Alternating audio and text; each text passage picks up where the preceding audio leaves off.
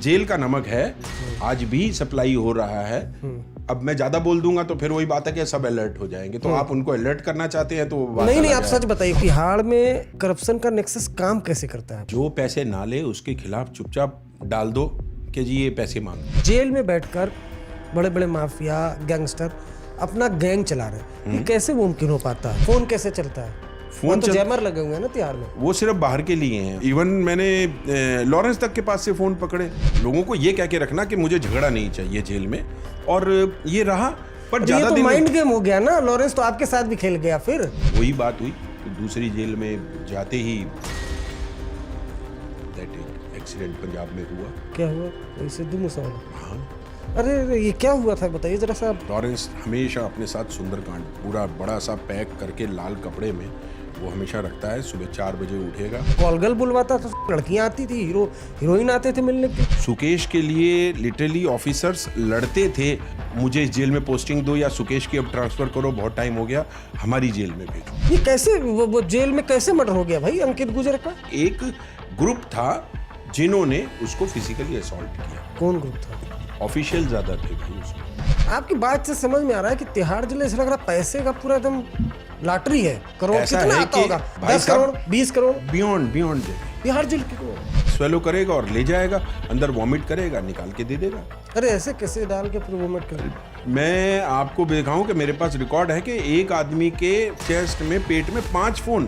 अच्छा, मतलब एक गैंगस्टर तिहाड़ जेल के जेलर का जो है वो ट्रांसफर पोस्टिंग देख रहा है। 2 नंबर जेल में था मुन्ना बजरंगी। मैं आपको दिखाऊं, ट्रेन में 10 किलोमीटर पहले तक से मेरे आदमी मिल जाएंगे आपको। कोई डर नहीं भाई, मैं डरता धमकाता था मतलब? हाँ, साफ कहता था। जेल में एक आदमी है जो कि महीने के 1 करोड़ रुपए खर्च करता है। 1 महीने में वो मैं अर्श से फर्श पे आ गया जब मैंने डिजायर्स पूरी नहीं की।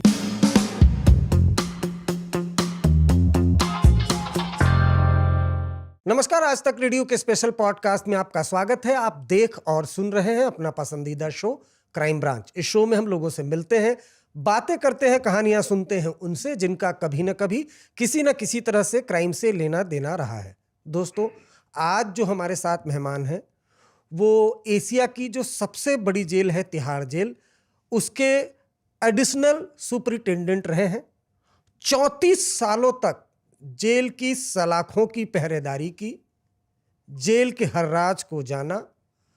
1991 में इन्होंने पुलिस सेवा ज्वाइन की थी। इनका नाम है अजय भाटिया। अजय भाटिया सर, आपका बहुत स्वागत है हमारे शो में। नमस्कार अरविंद ओझा जी, आज आपसे मिलने का सौभाग्य हो गया और आपने आज फिर मेरा एक सोमवार बहुत अच्छा बना दिया कि इस मंच पे आपने मुझे आमंत्रित किया, कहीं से ढूंढा। ये मेरे लिए सौभाग्य की बात है। ऐसा कुछ नहीं है सर, लेकिन अब चूंकि जेल की बात है और जेल बड़ा मुद्दा बना है इन दिनों, तो उम्मीद करते हैं कि आप सच बोलेंगे। मैं सच बोल के ही यहाँ तक पहुँचा हूँ, और जितना भी मैं फेस कर रहा हूँ नेक्सस के खिलाफ, क्योंकि एक बड़े जॉइंट के खिलाफ और एक बड़े नेक्सस, एक आदमी के लिए बोलना बड़ा आसान होता है, आप उसको 10 आदमियों के साथ दबा सकते हैं, मगर 10 आदमी जो पूरा एक नेक्सस बना के चल रहे हैं तिहाड़ में, आप पूरे उस सिस्टम के खिलाफ बोल रहे हैं और आप सजा भी पा रहे हैं और झेल भी रहे हैं। क्या है नेक्सस तिहाड़ का? आप क्या सजा पा रहे हैं? आप क्या बात कर रहे हैं, बताइए जरा। ओझा साहब, जब मैंने 91 में ज्वाइन किया ना, ऐसा नहीं था कि करप्शन तब नहीं थी, उससे पहले भी बहुत थी। किरण बेदी मैम तक ने आके 92 में उसको ठीक करने की कोशिश की, बहुत किया, मगर तब ना बड़े छोटे लेवल की थी। सिपाही सी, हेड कांस्टेबल की, वो जो करते थे वो बड़े अधिकारियों पे उतनी ज़्यादा नहीं थी। धीरे धीरे किरण बेदी ने तो उनसे सबसे जो क्या कराम करते थे कि दूध में पानी मिलाते थे, सब्जियां घर जाती थी, या जो भी था ख़राब सब्जियां आती थी, जैसा भी होता था, वटेवर में भी जो पीछे का एक 80 से 92 तक का दौर रहा वो उन्होंने किया। मगर और जो ऐसा भी नहीं कि ऑफिसर्स अभी नए आ रहे हैं, तब जो ऑफिसर्स आते थे वो थोड़ा ईमानदार ज़्यादा होते थे। दूसरा ये था कि उनका करप्शन को रोकने की तरफ झुकाव ज़्यादा रहता था। शायद ये भी कारण था कि तिहाड़ में उस टाइम शायद भ्रष्टाचार उतने बड़े लेवल का नहीं था, तो उनको समझ भी नहीं। पर मैं इस बात को मानूंगा कि उनका इंटरेस्ट करप्शन पे कम, उसको रोकने पे ज़्यादा था। मगर धीरे धीरे अभी पिछले 5 साल में 21 से ऑनवर्ड ये सारे का सारा फोकस शिफ्ट हो गया हायर अथॉरिटीज़ पे और नीचे वालों को मोहरा बना दिया गया, चलो जाओ काम करके लाओ। मतलब एक टाइम तो एक डायरेक्टर जनरल प्रिजन्स तो ऐसे रह गए, मतलब 22-23 में 22 में तो हर शुक्रवार जैसे पिक्चर रिलीज होती है ऐसे हर शुक्रवार एक नई लिस्ट निकलती थी ट्रांसफ़र की। अच्छा। हाँ, कि बस जो वहाँ तक पहुँच गया, जो उसने डिमांड पूरी कर दी, तो हर शुक्रवार। और मज़े की बात उसमें यह भी रहता था कि आपने आज पैसे दे के ट्रांसफ़र कराई, 2 महीने बाद आपका फिर उसमें नया ट्रांसफ़र आ जाता था। क्यों कि और कई बार आदमी कहते थे सर कि मैं तो अभी आपसे आके मिला था, ये था वो था। नहीं, ये हालत नहीं, करप्शन क्या, ये ट्रांसफर पोस्टिंग का करप्शन की क्रिमिनल और जेल में सुविधा दिलाना, जिस भी तरीके से पैसे निकल सकते हो वैसे निकालो। बल्कि हालात ये आ गई कि सुकेश के टाइम से जो एक्सीडेंट का एक दौर शुरू हुआ, तिहाड़ ने बहुत बुरे हालात देखे। मतलब सुकेश के लिए लिटरली ऑफिसर्स लड़ते थे कि मुझे इस जेल में पोस्टिंग दो या सुकेश की अब ट्रांसफ़र करो, बहुत टाइम हो गया, हमारी जेल में भेजो।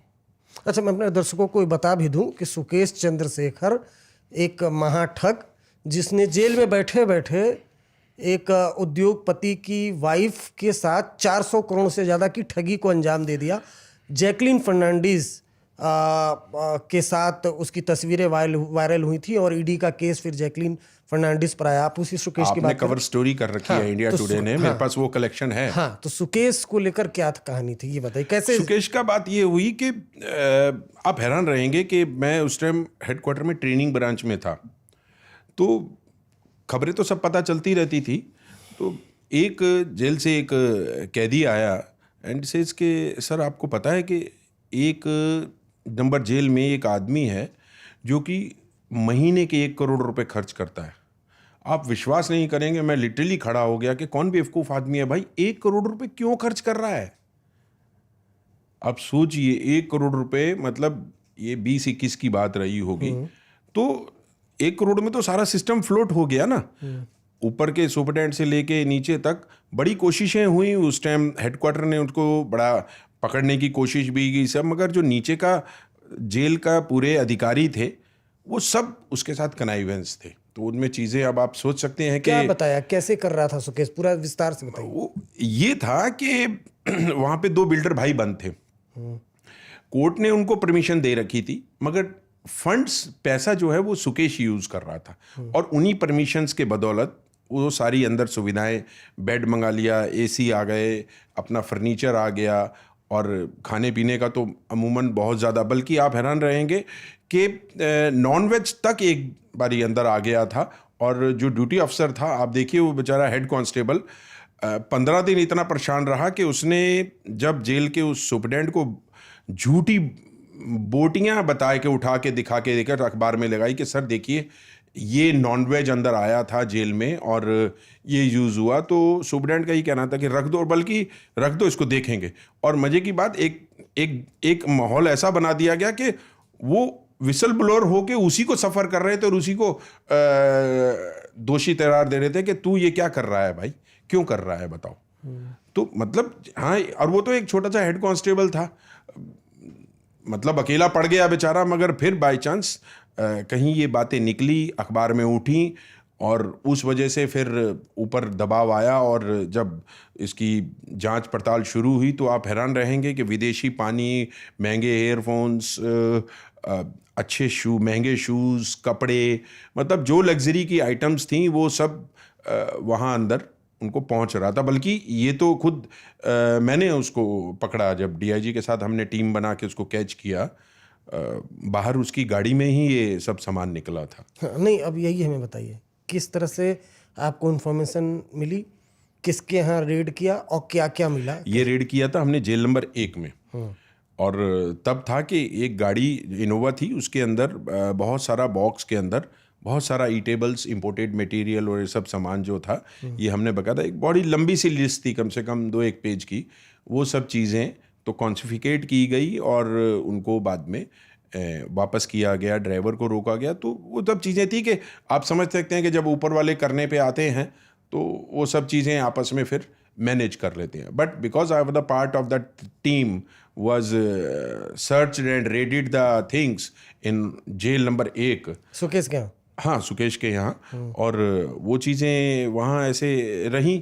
उसके बाद धीरे धीरे फिर क्या हुआ कि वहाँ वो सुपरडेंट को बदल दिया गया, सुकेश को बदल दिया गया। मगर हैरानी की बात कि वही सुपरडेंट फिर से उसी जेल में पहुँच गया जहाँ सुकेश था, 7 नंबर जेल में। तो फिर वहाँ पे भी वही प्रैक्टिस शुरू हो गई, सब चीज़ें हो गई। कई तो एक अधिकारी ऐसे थे जो सुकेश का सामान ही ले जाके कैमरे में अंदर खाने का लेके आते दिखे उसके। तो बाद में उस पर इन्वेस्टिगेशन हुआ, सब कुछ एक सस्पेंड भी हुए।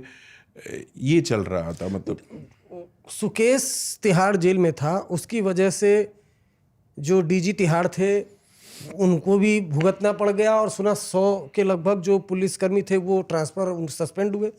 कैसे क्या? और कॉलगल बुलवाता, लड़कियां आती थी, हीरोइन आते थे मिलने के लिए। ये बाद में एक डीसीपी जो आई वहाँ पे इन्वेस्टिगेट करने के लिए, तो उनके साथ में कुछ एक मॉडल एक दिन आई थी, I was posted at that time, 2-1 साल बाद आई थी। तो उन्होंने आके उस लोकेशन को, सब चीज़ों को आइडेंटिफाई किया कि हमें इसी जेल में ऐसे ऐसे बुलाया गया था, यहाँ ये लोकेशन सीढ़ियाँ थी या कमरा था। हालांकि वो 1-1.5 साल में वो सब चीज़ें चेंज हो गई थी। और तिहाड़ के नाम पे, तिहाड़ के इतिहास में एक काला अध्याय रहा कि आज तक जितने हमारे डायरेक्टर जनरल प्रिजन्स रहे, कोई मैक्सिमम सीपी जाते हैं, डायरेक्टर सीबीआई जाते हैं, मगर वो एक 21 और 22 का एक दौर रहा जहाँ पे director general prisons senior most IPS को गवर्नमेंट को सस्पेंड करना पड़ा। मैं मानता हूँ इसको, ये तिहाड़ का एक बहुत काला दिन रहा भाई, कि आपके कारनामों की वजह से आपके एचओडी को फेस करना पड़ा। बहुत बड़ी बात होती है किसी आईपीएस का सस्पेंड हो जाना, और वो भी तिहाड़ के डायरेक्टर जनरल प्रिजन्स का। तो ये पूरा सुकेश का ये नेक्सस चल रहा था, कॉलगल वगैरह। ये तिहाड़ में करप्शन का नेक्सस काम कैसे करता है? मतलब किस तरह से काम करता है? अगर कोई डिटेल 1-2 आप केस स्टडी या कई रेड ऐसा है कि कोई कहानी, एक सुपरडेंट हो गए, 2 डिप्टी सुपरडेंट हो गए, और उनमें से एक कोई सुपरडेंट हो गया।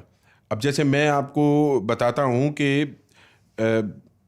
एक दानिक्स ऑफिसर आए, यंग हैं वो, पहले दिल्ली पुलिस में कहीं पोस्टेड थे, बाद में as a DANICS officer select हो गए, और वो तब से, जब से सिलेक्ट हुए 10-12 साल से, तो प्राइम पोस्टिंग ही काटते चले आ रहे थे।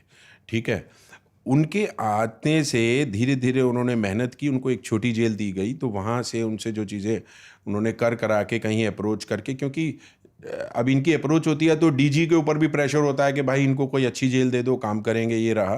तो उनको 1 नंबर जेल दे दी गई। एंड इल द टाइम मैंने उनके साथ एक टूर किया हैदराबाद का, तो I speak him about the history and the working in the prisons. तो उसको लगा कि यार ये बहुत सारी चीज़ें जानता है, ये मेरे काम का इंस्ट्रूमेंट हो सकता है। But I was not aware. तो वो मुझे स्पेशली पोस्टिंग करा के लेके गए, और देन सेज के भाटिया जी सारी जेल आपकी, ठीक है, और आप सारी, आप जैसे आप मैनेज करना चाहो वैसे करो। अब बताओ, मैनेज करो, मैं तो चला ही रहा हूँ भाई, मैं तो सीधे से 34 साल से काम कर रहा हूँ। अब आप बताओ कि आपकी क्या फर्दर डिज़ायर्स और रिक्वायरमेंट। मगर उनका जो था वो रवैया धीरे धीरे बदलता गया, क्योंकि मैंने कुछ रिजल्ट तो उनको फ्रूट निकाल के दिया नहीं, कि उनका था कि भाई कितना आप गन्ने की मशीन में से जूस निकाल के मुझे दे सकते हैं। अच्छा, हाँ, पैसा कैंटीन दे दिया, सब कुछ, जेल छोड़ दिया कि आप जाओ जिस मर्जी से जैसे मर्जी बात करो। और मैंने कहा यार मेरे को बताओ तो सही कि आपको क्या चाहिए। मैं सिस्टम ठीक से चला रहा हूँ, जो साफ़ सुथरा है कि जेल में झगड़ा ना हो, मारकाट ना हो, और कुछ नहीं हो, और तंबाकू नहीं भी दे, और जो फ़ोन अगर चलते हैं तो पकड़े जाए, यही हमारा काम है, सीधी सी बात है। खैर चलता रहा, और 1 महीने में वो मैं अर्श से फर्श पे आ गया, जब मैंने डिज़ायर्स पूरी नहीं की, और एक नया ऑफिसर उनको मिल गया। तो ठीक है, देन ही सेज के भाटिया जी आप कोर्ट चले जाओगे, तो कभी मुझे यूपी की कोर्ट में, तो कभी हरियाणा की किसी कोर्ट में, और कभी कहीं पे। मैंने कहा कोई इशू नहीं है मेरे को। क्या डिजायर थी उनकी? यही कि भाई कुछ तो निकाल के दो, कमा के तो दो, सीधी सी बात है। और कमाई का जरिया क्या है तिहाड़ में, कैसे कमाई का जरिया तो आपको कुछ भी करना है। सबसे पहले तंबाकू बिकेगा तो नहीं बिक सकता, बिना पैसे के नहीं बिक सकता। कितना पैसा तंबाकू का? तंबाकू आप ये देखिए कि ये जो आपकी पानी की बोतल रखी है ना, इसका जो ढक्कन है, ये एक ढक्कन में जितना तंबाकू आएगा ये जेल के अंदर 500 से 700 रुपए का है। अच्छा, मतलब ये आप ढक्कन खोल के देख लीजिए इसमें कितना तंबाकू आएगा। हाँ, ये इतना तंबाकू जेल के अंदर सिर्फ 500 से 700 रुपए का है। 500-700 रुपए का ये जो हाँ ढक्कन जी, हाँ जी, इतना जितना इसमें तंबाकू आएगा।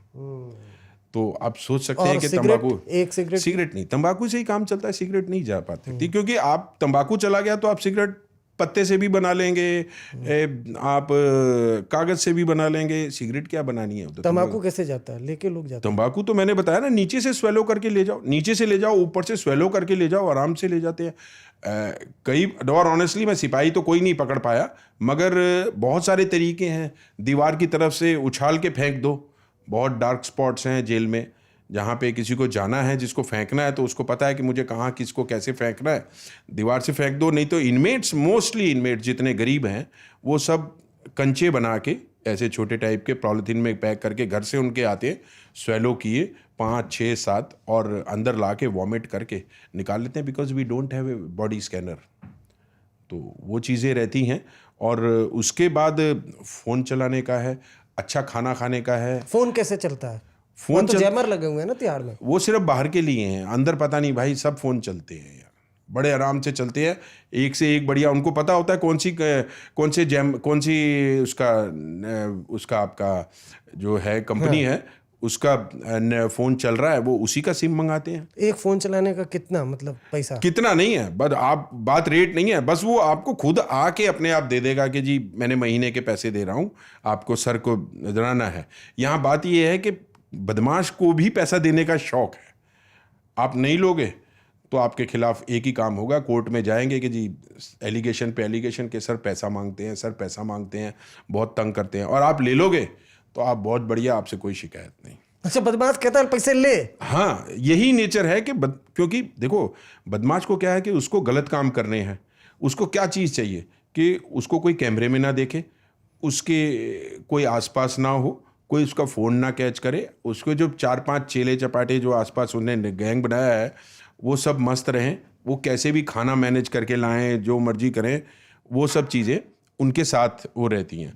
और इसी के लिए कि वो कोई भी, ना तो सिपाही, ना हेड कांस्टेबल, ना कोई ऑफिसर उधर बिल्कुल ना देखे, इसी बात का वो पैसा देते हैं। ये फोन चलाने का फिर भी कितना पैसा दे देते होंगे? पैसा ऐसे चलाने की नहीं है, 24 घंटे में जब कभी हो, क्योंकि फ़ोन तो सिर्फ देखो दिन में 12 से 3 चल सकता है, या सुबह 7-8 बजे तक चल सकता है, या फिर रात को 10 बजे के बाद फ़ोन चल। किसी बड़े गैंगस्टर के पास से फोन पकड़ा आपने? बहुत ही पकड़े, बहुत ही पकड़े। जैसे अरे इवन मैंने लॉरेंस तक के पास से फ़ोन पकड़े, इसमें कौन सी गलत बात है? फोन तो पकड़ेंगे ही, हम पकड़ेंगे भाई। अच्छा, लॉरेंस बिश्नोई के पास से? अरे अगल बगल में जिसके पास भी रहा, किसी के जूते में रहा, कुछ भी रहा, हम ढूंढ के निकाल लेते हैं। इवन आप हैरान रहेंगे, दिल्ली पुलिस को पता होता है कि अंदर किस किस के पास कौन सा फ़ोन चल रहा है, और अगर कोई बहुत ज़्यादा सीरियस होती है तो immediately we got information from crime and cell branch के भाई ये कुछ ऐसे नेक्सस चल रहा है, और आप फ़ोन, और ये भी पता चल जाता है कौन से मेक का है, कौन से ब्रांड का है।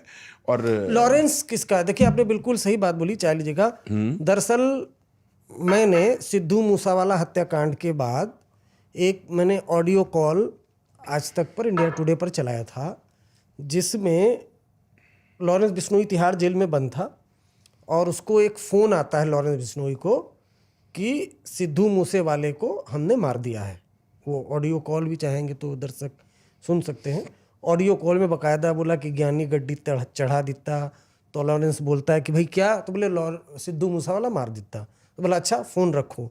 जहाँ तक मेरी जानकारी है उस वक्त कोई हाशिम बाबा गैंगस्टर था बंद, उसी का मोबाइल फ़ोन इस्तेमाल करा था। लॉरेंस बिश्नोई के बारे में आप बताइए, कैसे सीज किया था आपने? वो सीज किया कि साथ वाले सेल में किसी ने अपने जूते में रखा हुआ था, छोटा फ़ोन था, ऐसा था वो पता चल जाता है कि ऊपर से नीचे तक बॉडी में कहाँ आपने, और वो इतने कॉन्फिडेंट भी कई बार होते हैं गैंगस्टर या इनमेट्स, मोस्टली इनमेट्स इतने कॉन्फिडेंट होते हैं, उनको पता है कि हमारी कोई पर्सनल तलाशी नहीं लेगा। तो कई बार तो होते हैं कि अगर उनको बाहर मेन गेट तक नहीं आना होता तो जेल के अंदर फ़ोन के साथ भी घूम लेते हैं वो। हाँ, कोई पूछता नहीं, उनको पता है कौन टच करेगा। वो थोड़े डेयरिंग, ज़्यादातर वो ना ज़्यादा ही डेयरिंग हो जाते हैं कि भाई कौन पकड़ेगा और पूछेगा। छोटा स्टाफ तो सब हमारे साथ है। अदरवाइज मोस्टली क्या होता है कि दिन में आप कहीं फ़ोन छुपा दो कि कभी भी कोई भी सर्च आ जाए तो कुछ नहीं मिलेगा। रात को बंद होने से पहले जो चेले हैं गैंग के, वो एक आधा कहीं जाएगा और जहाँ पे वो हाइड आउट पे रखा हुआ है वो किसी तरीके से पकड़ा देगा। वो हमारे लोअर स्टाफ की बात है कि अगर हम बंद कर रहे हैं उनको 12 घंटे के लिए और उनको अगर हम प्रॉपरली सर्च करके बंद करें तो डेफिनेटली होता है कि ज़्यादातर चीज़ें नहीं पहुंचती। मगर क्या है, स्टाफ कम है और स्टाफ की मदद के लिए इनमेट ही सेवादार लगे हुए हैं। तो इनमेट ही जो है वो प्रिजनर की मदद करता है कि भाई वहाँ से निकाल के ला देना, दे देंगे। तो वो तो उनके लिए कहने के लिए वो हमारे एडमिनिस्ट्रेशन के हेल्पर होते हैं। और दिक्कत ये है कि हमने भी इतना लथार्जिक हो कि हमारे लोअर स्टाफ ने ऐसा भी छोड़ रखा है कि भाई सारी चीज़ें जो है वो इनमेट्स के भरोसे छोड़ रखी हैं। यही तो नेक्सस है ना। हाँ, इसी यही से है, तो कमाई होती है। बस यही चीज़ें हैं। सच्चाई तो यही है ना। अब नीचे वाले को भी तो पैसा चाहिए। जब ऊपर वाले को वो देखता है कि यार इतना बड़ा अमाउंट, तो फिर नीचे वाला बेचारा क्या करेगा? नीचे वाले को तो मुश्किल से। लॉरेंस मतलब मोबाइल फोन का इस्तेमाल करता था ना, आप लोग को? हाँ, बिल्कुल करता था, इसमें कोई दो राय नहीं। और इसलिए मैंने एक नहीं बल्कि 2-3 बार पकड़ा और आराम से पकड़ा, कंफर्टेबली। बट बिकॉज कुछ बोला उसने, कुछ कोई हाव भाव, कोई नहीं, कभी नहीं। एंड इससे ड्यू रिगार्ड, मेरे लिए उसने कम से कम बहुत रिगार्ड रखा। मैंने बहुत जगह पे कहा भी कि बिकॉज के कुछ सेल के ऑफिसर्स थे जिनको वो बड़ा रिस्पेक्ट देता था एज ए एल्डर ब्रदर। और जब उन्होंने उसको कहा कि सर हमारे भी बड़े हैं, तो देन ही सेज के सर ये आप मेरे लिए, लॉरेंस के लिए वो कहता था कि अगर आप मेरे लिए बड़े हैं तो ये मेरे लिए भी बड़े ही हैं। तो like a elder he pay respect to me and that's. But initially I says कि यार नहीं भाई, मुझे ऐसी कोई पैर टच नहीं कराने या कुछ नहीं कराने, मुझे आराम से रखना है। बट दे से कि नहीं, it's a mark of respect. और दूसरा ये है कि सर आप जेल में, आपका मैसेज ये जाएगा कि आप जो झगड़े वगैरह या कुछ गैंग वगैरह वार होने का डर रहता है वो नहीं होगा। तो उस चीज़ों से अच्छा, मतलब लॉरेंस आपका पाँव छुएगा तो आपका रिस्पेक्ट है। तो मैंने उसको यही कहा कि अपने चेलों को सिर्फ, अपने लोगों को ये कह के रखना कि मुझे झगड़ा नहीं चाहिए जेल में। और ये रहा। पर ये तो माइंड गेम हो गया ना। लॉरेंस तो आपके साथ भी खेल गया फिर। उसने एक तरीके से साइकोलॉजिकल के तो आपको बोल दिया ना कि मैं इतना बड़ा माफिया हूं कि पाँव छूंगा तो तिहाड़ जेल में बाकी लोग आपसे दहशत में रहेंगे। आपके साथ खेल गया वो तो। नहीं, दहशत में नहीं है। ये हमारा काम है कि अंदर जेल में झगड़ा नहीं हो। और सबसे बड़ी बात है, चाहे छोटा हो गैंगस्टर या बड़ा गैंगस्टर हो, लाइफ हर एक की इक्वल है। हमें हर एक को सेफ एंड साउंड रखना है। वो जब जेल नंबर 3 में था मेरे पास, तब उसके लॉरेंस जो था, उसके एंटी गैंग बहुत पावरफुल था उस टाइम। वो अकेला वहाँ पे था, 1 या 2 ही और उसके लोग थे साथ में गैंग के। बाकी जो ऑपोजिट गैंग के थे वो ज़्यादा थे। अगर कहीं कोई किसी तरह का बलवा हो जाए या कोई एक अटैम्प्ट हो जाए तो वो हमारे ऊपर बड़े क्वेश्चन मार्क होता है। और खासकर मैं अपने पर्सनल पे लेता हूँ कि मुझे जेल में किसी तरह का कुछ ऐसा नेक्सस या ऐसे झगड़ा नहीं होने देना। ठीक है ना, कोई अटेम्प्ट हो जाए तो फिर बात अच्छा, है। मतलब आप लोग को इस तरह का एंट्रल था ना कि मतलब जो लॉरेंस आया था कि उस पर अटैक हो सकता है? बिल्कुल हो सकता है, मैं तो इस बात को मानता हूँ। और यही वजह थी कि मैंने उसको 2-1 महीने ऑब्जर्व किया और सब कुछ समझा।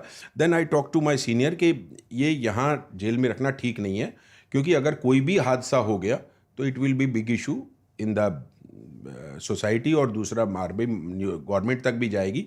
तो बेटर है कि हम इसको कहीं और शिफ्ट कर देते हैं। तो वहाँ से ही बात चली और I move that note. And वो बात अलग थी कि 10-15-20 दिन तक हुई नहीं। और फिर यही हुआ कि एक दिन लॉरेंस गुस्से में आके उन सुपरडेंट से कोई तू तड़ाक कर बैठा और वो फिर सुपरडेंट जोश में आए और गए, जाके फटाफट 1 घंटे में ही उसके ट्रांसफ़र ऑर्डर करा के लेके आए। And then he shifted to some other jail. और वही बात हुई, वो दूसरी जेल में जाते ही दैट एक एक्सीडेंट पंजाब में हुआ। क्या हुआ? वही सिद्धू मूसा वाला? हाँ। अरे ये क्या हुआ था बताइए जरा सा, आप चाय लेते हुए। क्या तिहाड़ जेल में 3 नंबर जेल में था लॉरेंस। तो मुझे था कि भाई मुझे कुछ भी इलीगल एक्टिविटी नहीं करने देनी, कंट्रोल करना है। राउंड द क्लॉक कैमरे चल रहे हैं, सब चीज़ें हैं, वॉच है, तो उस पर रहा जा रहा है। तो दूसरा ये था कि भाई हाँ, because of the crime branch, जब भी पुलिस वाले मिलने आते थे, कुछ होता था, तो stay calm, otherwise stay cool काम, कोई उसका किसी तरह का कोई नहीं था, मतलब आराम से रह रहा था, क्योंकि शायद वो वहाँ थोड़ा सा दूसरे गैंगस्टर के मामले में उतना वो एग्रेसिव भी नहीं था, तो वहाँ से धीरे धीरे। और दूसरा ये था कि भाई मेरी वजह से मैं उसको फिर एक्टिविटीज़ भी कुछ नहीं करने दे रहा था, कहीं मूवमेंट नहीं, कहीं बाहर नहीं जाना, कुछ नहीं है, सीधा सीधा आओ अपना सेल में रहो और खाना खाओ और सब तरीके से रहा। तो वहाँ से आई सजेस्टेड हिम कि better you move out from this jail, not comfortable. तो वो भी कहता था सर कि मैं नहीं रह पा रहा हूँ यहाँ पे, दिक्कत है। तो वहाँ से लॉरेंस जब गया निकल के, तो वहाँ पे मेरे ख्याल से शायद एक हफ्ते के अंदर ही दूसरी जेल में जाते ही एक्सीडेंट हुआ। और ये अब उनके ऊपर क्वेश्चन मार्क है, क्योंकि मैं ये मानता हूँ कि अगर शायद ये इंसिडेंस जेल नंबर 3 में मेरे रहते हुए लॉरेंस ने किया होता, तो शायद पुलिस ने तब उनके वहाँ कुछ हुआ या नहीं हुआ, मुझे इससे कोई फ़र्क नहीं पड़ता, मगर मुझे रहता है कि मेरे जॉब में, मेरे पोर्टफोलियो में ऐसा कुछ नहीं हो जिसके ऊपर बड़ा क्वेश्चन मार्क लगे कि आप कैपेबल नहीं रहे या चीज़ों को, इंसिडेंट्स को कंट्रोल नहीं कर। जेल में किस तरह के लॉरेंस बिश्नोई? लोग बोलते हैं बड़ा पूजा पाठ, ये वो, खाना पीना, ऐसा क्या था? देखिए, मैं ये बात तो मैं कहूँगा कि वो मुझे जिस दिन मिला था, जेल में ट्रांसफ़र हुआ, तो वो शनिवार था। तो आई टॉक टू हिम, बहुत डिटेल में मैंने पूछा उसकी पूरी हिस्ट्री और सब चीज़ें समझने के बाद फिर वो नाम लॉरेंस का जब सब उससे सुना, सब कुछ किया कि कहाँ से कैसे, बिकॉज आई वाज थिंकिंग कि लॉरेंस कहीं शायद गुड़गांव से या किसी बाहर की जेल से आ रहा होगा कुछ, but I was not aware कि लॉरेंस 1 नंबर जेल से ही आ रहा था। तो वहाँ जब मैंने उसको समझा, पूछा, मैंने कहा पानी पियोगे या कुछ खाना चाहिए? डी सेज के सर आज मेरा फास्ट है। आज किस चीज़ का? बोले जी मैं शनिवार और मंगलवार फास्ट रखता हूँ, एंड आप हैरान रह जाएंगे कि वो लंगोट का पूरा पक्का है। और लॉरेंस हमेशा अपने साथ सुंदरकांड पूरा बड़ा सा पैक करके लाल कपड़े में वो हमेशा रखता है। सुबह 4 बजे उठेगा, एक्सरसाइज करेगा, नहाएगा, सुंदरकांड का पूरा पाठ करेगा, और मंगलवार शनिवार को सिर्फ और सिर्फ शाम को 1 गिलास दूध लेते हैं, अच्छा बस। अच्छा, ये हमने साबरमती जेल से भी सुना, तो ये मतलब ये है तिहाड़ जेल में, मतलब बिल्कुल पक्का है, इसमें कोई दो राय नहीं कि वो पूरा अपना हिंदू धर्म के लिए और अपना जो भी उसके रीति है वो बहुत तरीके से फॉलो करते हैं। और आप हैरान रह जाएंगे कि ये पूरा भी जो लॉरेंस का गैंग है लड़कों का, अब मैंने स्टडी किया, देखा, इनका लड़कियों में किसी में कोई इंटरेस्ट नहीं। इनका सिर्फ और सिर्फ अपना रेपो बनाने में इंटरेस्ट है। इनका दूर दूर तक सारे बैचलर हैं, कोई शादीशुदा नहीं और किसी की कोई गर्लफ्रेंड नहीं, कुछ भी नहीं, बस ऐसे अपने में लड़के बस रहते हैं, और छोटी छोटी उम्र के लड़के हैं। और मेरे को तो बड़ी हैरानी हुई कि पंजाब में बहुत बहुत फॉलोअर हैं भाई लॉरेंस के। कईयों के तो लोगों ने, लड़कों, यंगस्टर्स ने हाथ पे लॉरेंस का टैटू तक बनवा के रखा हुआ। तो ये आपको कैसे पता? जेल में आते हैं उससे? नहीं, बहुत सारे लोग बताते थे वहाँ, जो देखते थे कि भाई इनके फॉलोअर हैं, पुलिस वाले ही आके जब बताते थे कि सर इस बिग फॉलोअर 500-600 हैं या बहुत हैं। और शायद इसी वजह से पंजाब शांत रहता है वो जेल में, बहुत शांत, साइलेंट किलर, बिल्कुल नहीं बोलता, कुछ नहीं बोलता, आपको लगेगा नहीं कि is a such big daring person, but आराम से रहते हैं, बात करते हैं, कुछ नहीं बोल जाता, चुप चुप होके आप लोग को गोली दे दिया तिहाड़ में, वहीं बैठे बैठे मर्डर करा दिया, आपको पता ही नहीं। ये तो देखिए कि जो उस जेल के एडमिनिस्ट्रेशन है, ये उनको देखना है, सीधी सी बात है। मेरे अपने पार्ट पे जो मेरा काम था मैं अपना कर रहा था और किया मैंने। चलिए, मैं ये मुद्दा किस लिए लाया था मैं आपको बता दूं। एक तो ये साबित हो गया कि भाई तिहाड़ जेल में आप लोगों की नाक के नीचे बैठ के लॉरेंस बिश्नोई ने सिद्धू मूसेवाले की हत्या की पूरी साजिश रच डाली। जो दर्शक हैं और जो इन दिनों ये तमाम खबरें आती हैं कि जेल में बैठकर बड़े बड़े माफिया गैंगस्टर अपना गैंग चला रहे हैं, ये कैसे मुमकिन हो पाता है? ईमानदारी से सच बताइए, पूरा विस्तार से। अगर मैं बता रहा हूँ ना कि फ़ोन बहुत आराम से चलते हैं, कैसे पहुँचते हैं, क्योंकि देखिए मैंने बताया ना, गरीब इनमेट है। आप फिर ओझा साहब हैरान रह जाएंगे, गरीब इनमेट तो फ़ोन स्वेलो करके भी ले जाता है, क्योंकि उसको एक फ़ोन ले जाने के 5,000 रुपये मिल रहे हैं भाई अंदर। छोटा सा इतना सा चाइनीज़ फ़ोन आ रहा है, इतनी सी फिंगर का, वो एक बारी में 2 फ़ोन स्वेलो करेगा और ले जाएगा, अंदर वॉमिट करेगा, निकाल के दे देगा। अरे ऐसे कैसे डाल के फिर वोमिट कर? मैं आपको दिखाऊं कि मेरे पास रिकॉर्ड है कि एक आदमी के चेस्ट में, पेट में 5 फोन, और उसको सफदरजंग में ऑपरेट करा के 3 निकाले गए और 2 फिर भी रह गए, क्योंकि वो उसकी आंतों में अंदर फिक्स हो चुके थे। और वो जब जब स्कैनर के आगे से निकलता था तो वो बीप करता था, रेड बीप होता था, बिकॉज कि उसकी बॉडी में फ़ोन जम गए। बहुत लोग खेल रहे हैं, पैसा चाहिए, गरीब आदमी को कहाँ से लाएगा? क्रिमिनल को, गरीब जो इनमेट्स हैं, बड़े वालों के पास तो पैसा बहुत है, गरीब आदमी को घर भी चलाना है, वकील से भी मिलना है, मुकदमे भी निपटने हैं, कहाँ से पैसा लाए बताओ? तो वो लेकर वो भाई लोगों की सेवा में कि भाई का खाना ला दिया, भाई के कपड़े धो दिए, भाई का बिस्तर झाड़ू पोछा सेल का लगा दिया, तंबाकू ले आए, ये सब चीज़ें किया तो हो गया। अच्छा, मोबाइल अंदर चला गया, उसके बाद एक्सटॉर्शन चालू। फिर भाई के लिए, भाई का यूज़ है, वो तो जैसे भी यूज़ करेगा। नहीं तो आप लोगों के पास इस तरह से तमाम देश से पुलिस आती थी ना, कि यहाँ से तिहाड़ जेल से एक्सटॉर्शन कॉल आया या यहाँ से फ़ोन कॉल किया गया, इस तरह की किससे कोई कहानियाँ 2-3 बड़े गैंगस्टरों के बताइए। वो आई वॉश कर देते हैं, दिखाते हैं, हम कह देते हैं सर्च लिया, कुछ नहीं निकला। मतलब क्योंकि एक्सटेंशन कॉल तो बहुत पहले हुई ना, तभी तो नहीं भागे आए।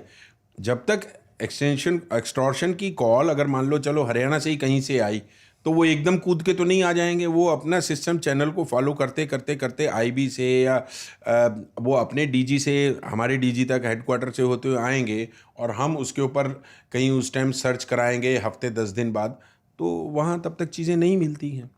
वो चीज़ें तो सब वहाँ से हट चुकी होती है ना। एकदम विस्तार से हमें बताइए कि तिहाड़ जेल से ये जो बड़े बड़े माफिया हैं वो बाहर अपना सिंडिकेट गैंग कैसे चलाते हैं? क्या मिलने, फ़ोन, क्या क्या साधन से? बात तो सारा तो नेटवर्क फ़ोन का है। आप फ़ोन पे हैं, पुलिस सुन रही है, सारे सिस्टम फ़ोन सुन रही हैं। उनको भी चाहिए कि गैंगस्टर की क्या एक्टिविटीज़, क्या बातें हो रही हैं, वो सारी रात बैठ के सुनते हैं। अगर कुछ उनको लगता है तो वो इमीडिएटली उसको बाहर, अगर कोई एक्सीडेंट ऐसा ही होने वाला है या जैसे कोई आर्म्स की डील होने वाली है या कुछ और होने वाला है, देन दे ट्राई टू नैब कि भाई कोई गैंगस्टर मिलने वाला है, कैच करेंगे, कोई नामी गिरामी बदमाश पकड़ेंगे, तो उससे उनको थोड़ा सा होता है, प्रमोशन मिलता है, ये सब चीज़, तो वो उस चीज़ पे फोकस करते हैं। अब इन गैंगस्टर्स का भी क्या होता है कि they also talk in A code word, अच्छा, खुली बात नहीं करते हैं। तो अब इनके जो कोड वर्ड होते हैं तो कई बार पुलिस भी समझ नहीं करती है। अच्छा, फिर इनके क्या होता है कि मैंने आपको कॉल किया, मैं तो घर पे बात कर रहा हूँ, मगर घर का नंबर आगे फिर कॉन्फ्रेंस पे जाएगा। अब वो कौन से नंबर पे जाएगा और किससे क्या बात हो रही है, ये चीज़ें भी लिंक्ड होती हैं। अच्छा, लॉरेंस बिश्नोई के अलावा और खतरनाक गैंगस्टर आपको कौन सा लगा? काला जठरिया, वो कौन सा खतरनाक गैंगस्टर माफिया? लाइफ में तो ऐसे बहुत सारे देखे, लॉरेंस से लेके, सॉरी, चार्ल्स शोबराज से लेके लॉरेंस तक सब देखे। सबसे खतरनाक कौन लगा? हम तो कोई भी नहीं लगा, ऑनेस्टली नहीं लगा, कभी नहीं लगा। इस उम्र तक आते आते मेरी बच्चों की उम्र के हो गए यार। मैं तो अक्सर क्या कहता था कि यार तुम्हारी उम्र कितनी है बताओ, हैं? तो अगर कोई मेरे सामने 30 साल का या 35 साल का बदमाश खड़ा हुआ है, गैंगस्टर भी है, तो मेरे तो वो बेटे की उम्र का हो गया भाई। मैं 50-55 में पहुंच के, जब मेरे बड़े बेटे की उम्र 35 साल है, तो मेरे लिए तो मेरे बच्चे के बराबर हो गया यार। तो मैं तो उसको प्यार से समझा सकता हूँ ना कि भाई, हाँ, वैसे भी तो ये जो माफिया उम्र का फ़र्क आ गया। और देखिए, सबसे बड़ी बात है, मैंने कोशिश की कि रिस्पेक्ट कमाई जाए, कि आपको मारने से पहले या किसी से, कि आपका डर, आंखों का डर, आपकी आवाज़ का डर, आपके चेहरे मोहरे का डर, मार से ज़्यादा मार का डर होता है। और बदमाश को सिर्फ एक, अगर जो गलत है गैंगस्टर है, कुछ एक ही बात समझ में आती है, देख भाई, अगर तेरे साथ कुछ हो गया, तेरी बेइज्जती हो गई, तो तेरी इज्जत चली जाएगी।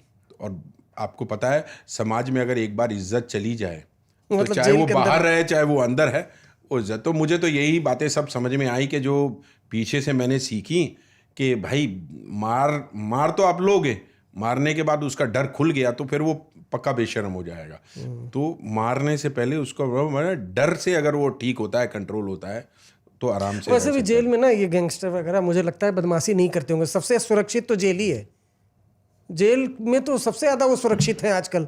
वहीं जाओ, अपना अधिकारी आप जैसे हैं तमाम अफसर, उनको रिश्वत पैसा दो, फोन चलाओ, अपना सिंडिकेट चलाओ। गैंगस्टर कभी भी खुद नहीं लड़ता, बड़ा बड़ा गैंगस्टर कभी खुद नहीं लड़ेगा। उसके लड़ने के लिए उसके जो चेले चपाटे और जो दूसरे बैठे हैं वो उसके लिए करने को, जो कंगले हैं या गरीब हैं, वो कुछ भी कर देंगे, कुछ भी कर देंगे। बस एक बात बताइए, एक मर्डर हुआ था अंकित गुजर का मर्डर। हाँ, 3 नंबर जेल में हुआ था।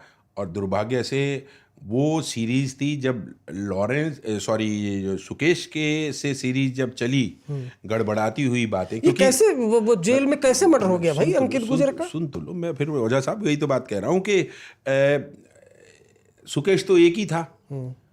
अब जेल थी वहाँ 9 तिहाड़ की। बोले भाई एक जेल से जब इतना सब कुछ जूस निकल सकता है तो बाकी जेलें क्या हैं? और आप हैरान हो जाएंगे कि फिर ज़्यादातर जो बड़ी जेलें थी, जैसे 3 number, 4 number, 7 number, 8 number, 9 number, तो फिर इनमें भी क्या किया गया, जो वो सुपरडेंट बैठे थे उन्होंने जो उसका मुलाजा वार्ड था जहाँ नए प्रिजनर्स आते हैं, डेली आते हैं, तब 22-23 की बात थी, तो ये नहीं उसकी बल्कि 21 की बात है, जो अंकित गुजर का मैं नाम याद नहीं आ रहा था, तो उसमें सब ठेके पे छोड़ दिया, सब इनमेट्स को छोड़ दिया कि भाई ठेका दे दिया, महीने के इतने पैसे चाहिए। तो उसी वजह से क्या हुआ कि अच्छा, मतलब जेल सुपरिटेंडेंट ने इनमेट्स को ठेका दे दिया? हाँ, कि भाई मुझे नहीं पता कि अगर 10 लाख रुपए महीना, वो कह देगा जी मैं आपको 10 लाख रुपए महीना दूंगा, ठीक है। अब वो कैसे देगा और वो कितने बनाएगा, ये आपको उसको लेना देना नहीं, तो आप तक तो सीधी सी बात है कि पैसे पहुंच रहे हैं बस।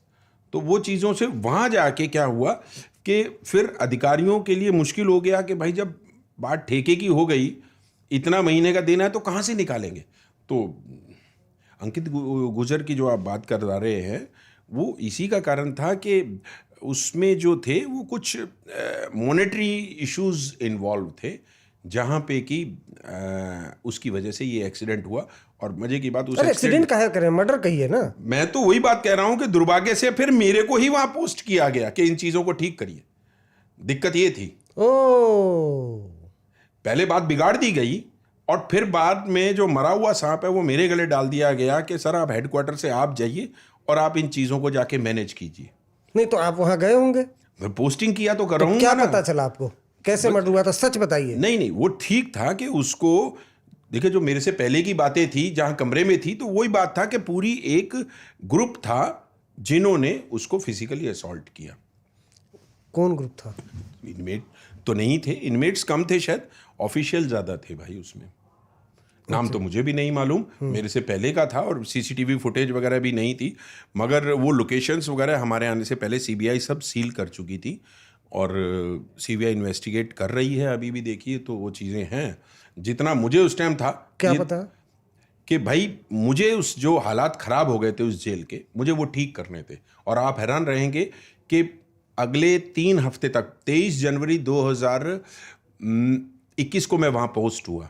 मुझे आज भी देखिए डेट याद है, इसलिए याद है कि उस दिन 23 अगस्त को मेरा बर्थडे था और उसी दिन मैंने जाके ज्वाइन किया था 2021 में। और उसके बाद लगातार 3 या 4 शनिवार को तो उनको लगा कि ये तो हेडक्वार्टर से आए हैं, क्योंकि मैं बीच में ना काफ़ी टाइम तक टच में नहीं था प्रिजन सर्विस में, मतलब 12 से बाहर गया, 16 से बाद 12 के बाद मैं जो निकला तो मैं डेपुटेशन से होके तो 21 में वापस आया। तो इनको लगा यार ये तो कुछ नहीं जानते होंगे जेल के बारे में, तो कोई ना कोई जो भाई जी थे या कुछ थे, तो वो हर शनिवार को कभी किसी ने झगड़ा कर लिया, कभी किसी ने ब्लेड चला लिए, किसी ने स्नैचिंग कर ली, कुछ भी क्रॉसिंग कर ली, 15-20 लोगों। तो 3 शनिवार तक लगातार ये वहाँ पे सिलसिला चलता रहा और रोज हर तीसरे शनिवार को शाम को होता था।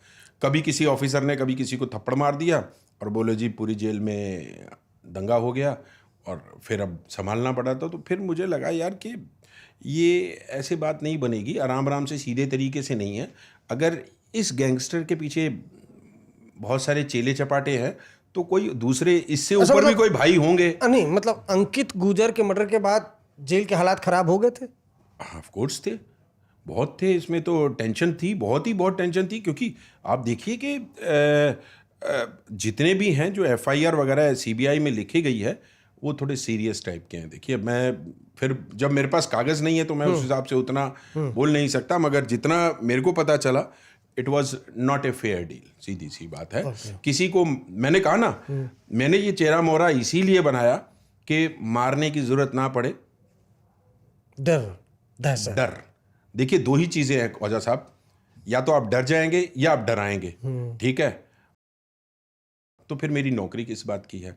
और डरा के रखने का ही काम तो सरकार ने मुझे दिया और यही मैं कर रहा हूँ। खैर, तो फिर आप जेल में गए, क्या सोचा कोई बड़ा भाई? हाँ, तो वही चीज़ें ठीक करने में फिर मुझे अपने कुछ एक जो मेरे सोर्स थे दिल्ली पुलिस के, या जो और थे जिनके पास बहुत अच्छे, या जो उस टाइम वहाँ और जो पुराने कैदी थे, मैंने उनसे बैठ के बात करी कि भाई कौन से माफिया थे? नहीं, वो बाय नेम नहीं थे, मतलब जो 10-12 साल 13 साल से जेल में रह रहे थे, उनको शांति से रहने का शौक था। और जब उनको मेरी बात समझ में आई कि देखो भाई ऐसे नहीं चलने दूंगा, मुझे तो ये ठीक करना है, और अगर ऐसे गलत होगा तो नई बात बनेगी, तो देन दे अंडरस्टैंड कि हर शनिवार को, क्योंकि 3 शनिवार लगातार हो ना, चौथे शनिवार मैं खुद घर से जा रहा हूँ, मैं सोच रहा हूँ यार आज फिर कहीं झगड़ा होगा, यार आज फिर चीज़ें कुछ मैनेज करनी पड़ेंगी, और फिर आप डंडा चलाओ या सायरन बजाओ, ये सब चीज़ें करो, और रोज़, और मज़े की बात वो मुकदमे अभी तक कोर्ट में चल रहे हैं। कुछ एफआईआर जो मुझे करानी पड़ी, तो अब क्या है, झगड़ा जेल को डिस्टर्ब करने में क्या है, कुछ भी बैठ जाओ, किसी को भी तंबाकू और कुछ ऐसा दे दो, चरस वरस दे दो, वो हो हल्ला करता रहेगा, आप उसको पीट भी नहीं सकते, वो दूसरों को परेशान करेगा, सारी रात रखेगा, तो आप क्या करोगे? आप बंद करके उसके कहीं चले जाओगे तो वो सर फोड़ लेगा, अपने आप को डैमेज कर लेगा। आप एक वजह से पूरी जेल होस्टेज हो गई ना, तो वहाँ जब बैठ के ठीक किया तो फिर बात बनी, और धीरे धीरे उसके बाद ही फिर then Lawrence came in the jail number 3, और वहाँ से चलता रहा। फिर बस क्योंकि मेरी आदत है कि मैं सीधा स्पष्ट बात करता हूँ, नहीं समझ में आया वहाँ के कुछ अधिकारियों को, तो उन्होंने कहा जी कि नहीं, इनको ट्रांसफ़र कर दीजिए। कर दो, कोई दिक्कत नहीं है। तो 8-9 महीने से ज़्यादा मेरा टेन्योर कभी कहीं रहा नहीं है। क्योंकि दिक्कत ये होती है कि जो ऊपर वाला है ना, उसके चेले चपाटे और जो दलाल हैं हमारे, खासकर हमारे जो ऑफिशियल्स, अब वो सुपरडेंट को जो कान में पढ़ाएंगे कि जी भाटिया जी ने इसका ये पकड़ लिया, उसका वो पकड़ लिया, यहाँ सख्ती कर दी, यहाँ पोस्टिंग नहीं करने देते, क्योंकि अब किस वार्डर को कहाँ लगाना है, कैसे लगाना है, ये तो मुझे देखना है ना। अब वो पैसे वाली जगहों पे उनके अपने आदमी नहीं लगेंगे तो कोई किसी को दूसरे को पैसे कमाने क्यों देगा, बताओ? आपकी बात से समझ में आ रहा है कि तिहाड़ जेल ऐसा लग रहा है पैसे का पूरा एकदम लॉटरी है, करोड़ कितना आता होगा अभी? अच्छा आज खुल के बता दीजिए, तिहाड़ जेल से हर महीने कितने की कमाई होगी पूरे जेल से? आपके पास गन्ने का खेत है और गन्ने का जूस निकालने की मशीन है, ये आपकी क्षमता पे है कि आप कितना निकाल सकते हैं महीने। मोटा मोटा आप, मैं कह रहा हूँ ना, लिमिट बियॉन्ड लिमिट है। 100 करोड़? अरे नहीं 100, वो तो हेडक्वार्टर वाले आराम से निकालते हैं। अच्छा। अब आपका प्राइम चैनल है, मेरे पास सबूत उतने नहीं है, फिर भी मोटा मोटा नहीं बताइए, 10 करोड़, 20 करोड़, 40 करोड़, 30 करोड़, बियॉन्ड जाइए तिहाड़ जेल की कमाई। हाँ जी, मतलब अभी जो 21 से लेके 25 तक के जो 5 साल का टेन्योर, 4 साल का मैं कह रहा हूँ, उसमें तो आप हैरान रह जाएंगे कि मतलब मेरे पास एक जेल में आके बेचारा कैदी रोता था कि साहब 3 घंटे हो गए एक दाल को गैस पे रखे हुए, गल ही नहीं रही है। 3 घंटे, सोचिए ऐसी कौन सी दाल आती थी बताओ। और बात कर रहे हैं तो मैं आपको अभी दिखाता हूँ, चलिए बाय चांस, ये देखिए, ये क्या है? ये क्या है? नमक है ये क्या नाम है, पढ़ रहे हैं? ये राजस्थान की एक कोई लोकल कंपनी है, उससे परचेज किया है। ये किसने परचेज किया? ये तिहाड़ का ही है। अच्छा, ये तिहाड़ जेल का नमक है। क्या इसकी खासियत है? अब खासियत ये है कि ये ऐसा नमक है कि अगर आप फर्श पे पानी गिर के इस नमक को गिर लीजिए, दिखाइए जरा ना। हाँ, तो बताइए इस नमक की खासियत। नहीं, तिहाड़ जेल के नमक की खासियत। जेल का नमक है, आज भी सप्लाई हो रहा है, अब मैं ज़्यादा बोल दूंगा तो फिर वही बात है कि सब अलर्ट हो जाएंगे, तो आप उनको अलर्ट करना चाहते हैं तो वो बात नहीं नहीं, अलग आप है। सच बताइए खुलासा। तो इस नमक की खासियत ये है कि अगर फर्श पे पानी में गिर लीजिए ये तब भी नहीं गलता भाई, तो किसी के पेट में कहाँ से गल जाएगा बताइए। ये तिहाड़ जेल का नमक है। जी देख लीजिए, इसका है ये इंडिया करके मारवाड़ से। तो बताइए, इस तरह का ये नमक है। तो पैसा निकालने के लिए तो आपको दिमाग से काम करना पड़ता है, ऐसे तो कोई चीज़ें नहीं है, बहुत हैं आराम से। ट्रांसफ़र, पोस्टिंग, प्रमोशन, सब में पैसा है। मुझे नहीं दी, 1 साल तक मुझे प्रमोशन नहीं दी बिकॉज के सर इन्होंने कमा के नहीं दिया। चलिए, तो करप्शन वाली बात हो गई, ये भी बात क्लियर हो गई कि तिहाड़ जेल से आपने साबित कर दिया कि जेल से माफिया गैंगस्टर पूरा सिंडिकेट चलाते हैं। और जो आप जेल नंबर 3 में गए तो वहाँ लॉरेंस भी आया था, तो लॉरेंस ने भी आपकी मदद की? मेरी कोई मदद नहीं की भैया, मुझे ना किसी से मदद चाहिए थी। नहीं मतलब मदद की ना कि मेरे को तो सिर्फ इतना था कि जेल में कोई, क्योंकि 3 नंबर में ऑलरेडी आपने बताया अंकित गुजर का मर्डर हो गया था, तो भाई मैं कुछ और तो नहीं एक्सीडेंट बड़ा कर सकता था। तो जो एक्सीडेंट हुआ उससे जो डैमेज हुआ भाई उसको कम कर दो। तो उसमें मदद की लॉरेंस वगैरह जैसे माफियाओं ने? भाई कुछ और भी अगर इंसिडेंस हो जाए, किसी का भी, एक आम आदमी का भी, एक ऑर्डिनरी प्रिजनर का भी अगर कोई एक्सीडेंट हो जाए तो it will be big question mark on me. तो why to be create so, तो जेल शांत रहे, आराम से रहे, यही सबसे बड़ी बात है। उसके लिए लॉरेंस की मदद ली? और लॉरेंस की मदद नहीं ली, बिल्कुल नहीं ली। वो आराम से और सुरक्षित रहे, सारे गैंगस्टर आराम से रहे, क्योंकि वो 2 एंटी गैंग थे। अब एंटी गैंग्स को आप एक साथ मिला के अगर जेल में, गोगी का मर्डर हुआ था तब आप थे? तब शायद नहीं थे ना? मैं नहीं था, तब नहीं थे। नहीं था। चलिए, अब मैं ये तिहाड़ जेल में गोगी का मर्डर भी होता, तिहाड़ जेल को नमस्ते कर दिया था उसी दिन हम लोगों ने कि क्या स्थिति है। वो सीसीटीवी भी हम लोगों ने चलाया था कि पूरा पुलिस खड़ी है, स्टाफ खड़ा, उसी के बीच उसको मार दिए। यही तो मैं कह रहा हूँ, nexus for corruption in Tihar भाई साहब। इसीलिए मैंने एक टाइटल रखा, और शायद थैंक यू कि आप लोग मुझे ढूंढ के यहाँ तक ले आए, अदरवाइज मैं किताब लिखने बैठूंगा मैं तो टाइटल यही है, nexus for corruption in Tihar. मैं इसी नेक्सस के खिलाफ बोल रहा हूँ, किसी एक के नहीं बोल रहा कि आप नेक्सस कर लीजिए। टीम अलग चीज होती है, नेक्सस अलग चीज होती है। हाँ, आपके पीछे गैंगस्टर लगा दिया था, कौन और किसने ऐसा किया? हाँ, ये बड़ा इंटरेस्टिंग है कि अभी 24 और क्योंकि 25 में मेरी रिटायरमेंट थी अगस्त में, तो अब कहाँ मैं इतने टाइम से मंडोली में मुझे इन्होंने भेज रखा था कि पहले 15 नंबर जेल में मैं जाके 11, क्योंकि अब वो जो 1 नंबर जेल में सुपरिटेंडेंट गए थे उनको मैंने कमा के नहीं दिया, तो उन्होंने मेरी ट्रांसफ़र सीधा मंडोली में 15 नंबर हाई सिक्योरिटी जेल में करवा दी कि सर ये काम का नहीं है। और आप हैरान रह जाएंगे, उस टाइम के डीजी प्रिजन्स ने मेरे 11 महीने में 5 ट्रांसफ़र किए, कहीं टिकने नहीं दिया, 2 महीने 3 महीने से ज़्यादा, और घूम फिर के फिर हाई सिक्योरिटी में ही भेजा। पहले कह रहा है सर ये हाई सिक्योरिटी के लायक नहीं, फिर 2 महीने बाद फिर हेडक्वार्टर से, फिर मंडोली हेडक्वार्टर से, फिर 15 नंबर जेल में, ये सब चीज़ें करते करते अल्टीमेटली मैं जब 1 जनवरी 2024 को उनसे 23-24 में उनसे जाके मिला नए साल पे, तो मैंने कहा सर 11 महीने में 5 ट्रांसफ़र, तो बोले बताओ, कि मैंने कहा दिक्कत कुछ नहीं है जी, इधर 17 किलोमीटर है, उधर 27 किलोमीटर है, कोई दिक्कत नहीं, मगर साल के आखिर में जाके आता है कि अपना वर्क कंडक्ट किस ऑफिसर से लिखवाऊँ, मैं 2 महीने से ज़्यादा किसी के पास रहा ही नहीं। तो बोले मुझसे आके लिखवा लेना। तो मैंने कहा जी आप लिख नहीं सकते, ठीक है ना, क्योंकि बीच में हायरार्की है। तो वो हंसते हुए निकल गए, अपनी बात थी वो, ठीक है। कि उसके बाद फिर ट्रांसफ़र का एक सिलसिला रुक गया। फिर मैंने नए जो डीजी आए उनके थे एक पीए, अभी भी उन्हीं के हैं, तो उनका यूपी के गैंगस्टर से बातचीत थी, तो वो बोले कि सर मैं करवा देता हूँ। मैंने कहा करवा दो भैया, मेरे को तो घर के पास ही जाना है, अब रिटायर हो रहे हैं तो यार थोड़ा सा पास में हो जाए, कहीं रोहिणी में हो जाए, कहीं हेडक्वार्टर पे हो जाए, तो आराम से टाइम पास हो जाएगा, साल 6 महीने का जो बचा है यार।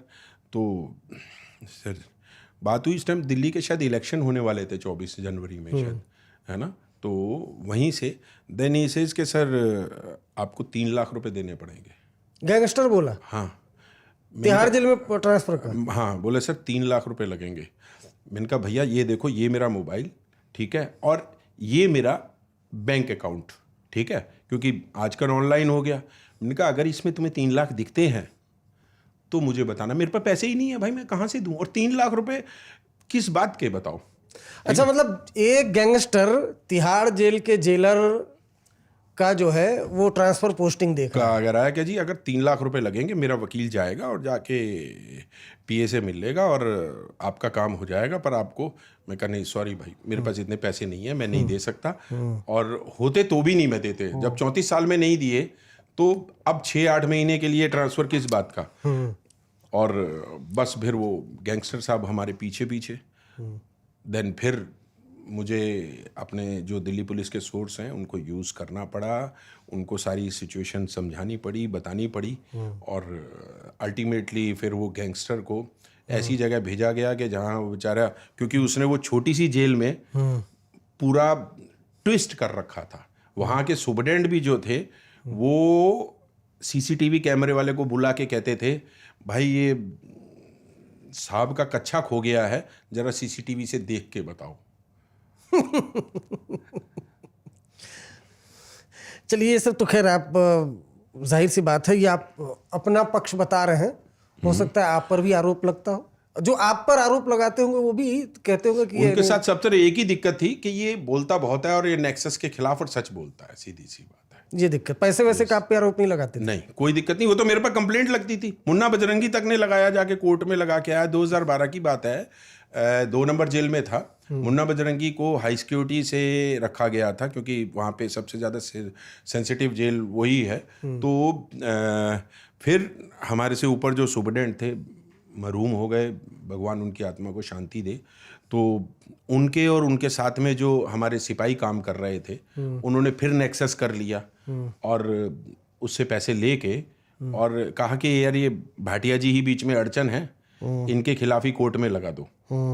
तो वो गया और जाके, अच्छा मुन्ना बजरंगी का बहुत नाम था, उसको अंसारी का सबसे हाई सिक्योरिटी से निकाल के कैदी जेल में अकेले अंडर ट्रायल को खुला छोड़ दिया और वो सारी जेल में घूमता था। उसने डॉक्टर से अपना मेडिकल रिकॉर्ड मैनेज करा लिया कि इसका बीपी ये रहता है वो रहता है, और फ़ोन वोन का सब, सारा दिन सारे कैदी उसके आगे पीछे घूमते थे। और then he started making complaint in court में। मुझे कहता था सर आप कभी उधर की तरफ चलो तो मैं आपको दिखाऊंगा कि देखो। मैंने कहा मैं यहीं बैठा हूँ भैया, वहाँ कहाँ चलूंगा, बताओ, वहाँ भी बुला लेना, कोई डर नहीं है। उत्तर प्रदेश साइड। हाँ, बोला जी कभी उधर चलो तो मैं आपको दिखाओ, ट्रेन में 10 किलोमीटर पहले तक से मेरे आदमी मिल जाएंगे आपको, कोई डर नहीं भाई, मैं डरता नहीं। धमकाता था मतलब? हाँ, साफ कहता था। तो उसने एक बारी कंप्लेंट लगा दी 50,000 की, सर के भाटिया जी ने मेरे से 50,000 मांगे। तो पहले तो मैं भी परेशान हुआ, सब चीज़ें रही, समझ में नहीं आया कैसे बात करें। फिर मैंने एक नया दिमाग लगाया और आइडिया, मैंने कहा चलो माइंड गेम खेलते हैं। एक दिन आया, उसको लगा कि शायद कंप्रोमाइज़ कर लेंगे, कहेंगे यार चल जो हुआ ख़त्म कर, है ना, मान जाते हैं। मैंने बुलाया प्यार से, मैंने कहा यार ये क्या है? नहीं यार देख, मुझे नहीं पता तेरा नाम है या नहीं है, क्या नाम है, मगर मेरा समाज में और सोसाइटी में और रिश्तेदारों में बहुत अच्छा नाम है कि एक बड़ा रसूख है, ठीक है। मैंने कहा यार कुछ तो देख, अबे कंप्लेंट भी लगाई तो सिर्फ 50,000 की, मैं किसको जाके दिखाऊंगा कि यार 50,000, कुछ मोटा अमाउंट लिखा होता तो मुझे भी कुछ आता कि यार कि हाँ कहीं से भाई कुछ ज़्यादा बड़े मोटे पैसे मांगे, ये क्या 50,000 जैसी चीज़ें यार लिखता है।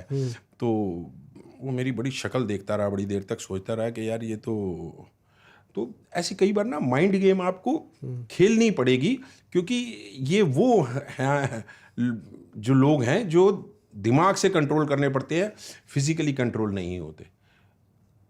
तो ऐसी चीज़ें बहुत मिलती हैं, but you have to keep cool mind and try to understand. और जो भी आपके पास कुछ अच्छे कॉन्टैक्ट्स हैं तो आप उनको रखिए। अभी देखिए मज़े की बात, मैं पंजाबी बाग क्रॉसिंग पे ही अभी इसी हफ्ते खड़ा हुआ था, पिछले हफ्ते ही शाम के टाइम। तो वहाँ पे रेड लाइट पे, तो पास में ही एक कोई छोटा सा खोखा बना हुआ था, तो मैं 2 मिनट के लिए मोबाइल देख रहा, तो एक लड़का आया और पैरों को हाथ लगाया।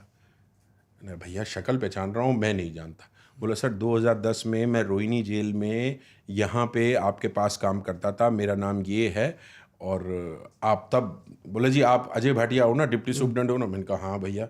सर देखो मैं वो 16 साल बाद वो मुझे पहचान रहा है कि सर मैं ऐसे ऐसे सेटल हो गया और यहाँ काम कर रहा हूँ, मैं एक्सपोर्ट इम्पोर्ट का काम कर रहा हूँ और ये चीज़ें, तो खुशी होती है। ऐसे लोग पहचानते हैं, आपको मिलते हैं, तो इसमें क्या गलत बात है?